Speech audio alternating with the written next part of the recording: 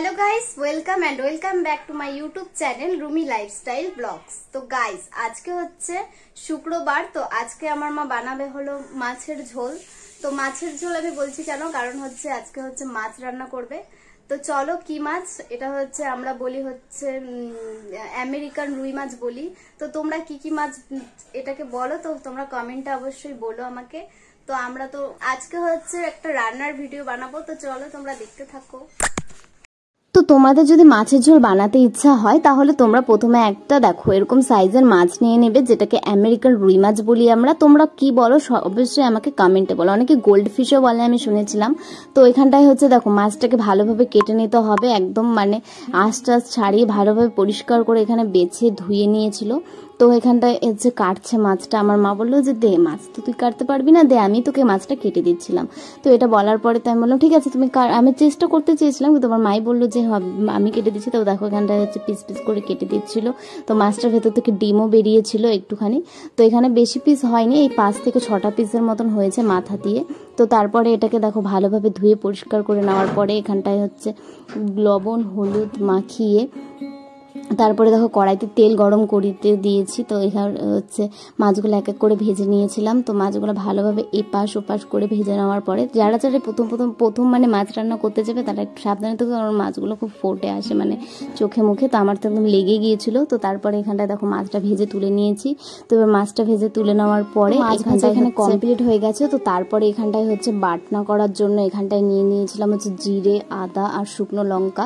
তো এটাই আমরা দিই নর্মালি কোনো মাছের ঝোলে। তো সেটাকে হচ্ছে দেখো এখানে নিয়েছিলাম 5 থেকে 6টা, যেহেতু আমরা বেশি ঝাল খাই, তোমরা যেটা পরিমাণ মানে খাও সেই পরিমাণে দেবে।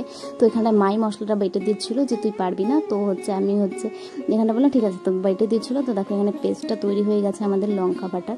তো বেসিক্যালি হচ্ছে কি হয় যে হলো বাটনাটা মানে শিলপাটাতে বেশি টেস্ট হয় খাবারটা। তো এখানে তেল গরম করতে দিয়েছি, এখানে হচ্ছে জিরা ফোড়ন আর শুকনো লঙ্কা ফোড়ন দিয়েছিল। তো তারপর হচ্ছে লম্বা লম্বা করে আলু কেটে নিয়েছিল, তো সেই আলুগুলো সেখানে ভেজে নিয়েছিলাম। তো এখানে আলুগুলো করে ভেজে নেওয়ার পরে এখানটা যখন লাল লাল হয়ে যাবে তখন হচ্ছে এই মশলার পেস্টটা ওখানে দিয়ে দিতে হবে।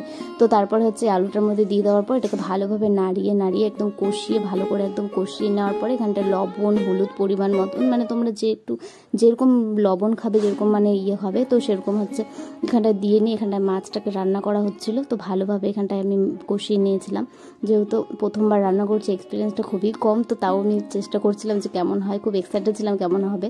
তো তারপরে এখানে কষানো হয়ে গেছে। তো এখানটায় হচ্ছে মশলা ধুয়ে যে জলটা বেরোয় তো সেটা দিয়ে দিয়েছিলাম। তো দেখো এখানটা ভালোভাবে আবার নাড়িয়ে নেওয়ার পরে এখানটা যখনই মানে মশলাটা মানে যখনই ঝোলটা ফুটে আসবে তখন হচ্ছে এই মাছগুলো দিয়ে দিতে হবে। তো মাছগুলো দিয়ে দেওয়ার পরে এখানটায় হচ্ছে মাছগুলো প্রত্যেকটা মানে মাছ দিয়ে দিয়েছিলাম। তো ভালোভাবে আবারও নাড়িয়ে নিয়েছিলাম। তো একটুখানি ঝোলটা কমই দেবে, তো খেতে ওটা মানে ভালো বেশি হবে। তো তারপরে এখানটা থেকে মাছগুলো নিয়ে ভালোভাবে নাড়িয়ে দিচ্ছিলাম যে হচ্ছে সব মাছের গায়ে যেন ঝোলটা লেগে যায়, মানে ভালো যেন হয়। তো তারপরে দেখো এখানে অনেক নাড়ানাড়ি করার পরে তো তারপরে এখানটায় হচ্ছে দিয়েছিলাম হচ্ছে গরম মশলা, যেটা না দিলে এই রেসিপিটা একদমই মানে অসম্পূর্ণ। তো সিম্পলি একটা মাছের ঝোল, যা বাঙালি মাছের ঝোল। তো হচ্ছে এখানটা দেখো আলুটা দিয়ে তারপরে আলুটা তো এখানে ছিল।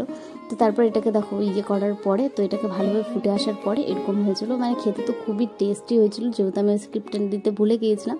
তো দেখো এখানটায় হচ্ছে এরকম হয়েছে মাছটা খেতে, মানে মাছটা দেখতে এরকমই হয়েছে, খেতেও খুব মানে ভালোই ছিল। তো হচ্ছে তোমরা এরকম করে সিম্পল একদম রান্না করতে পারো, একদম ভালো লাগবে, চেষ্টা করে দেখতে পারো। হয়ে গেছে, তো কেমন হয়েছে তোমরা অবশ্যই কমেন্টে জানিও। আর খেতে ভালোই হয়েছিল, তো তোমরা কমেন্টে জানিও। আর নেক্সট ভিডিও দেখার জন্য সাবস্ক্রাইব করে দিও আমার চ্যানেলটা। তো বাই।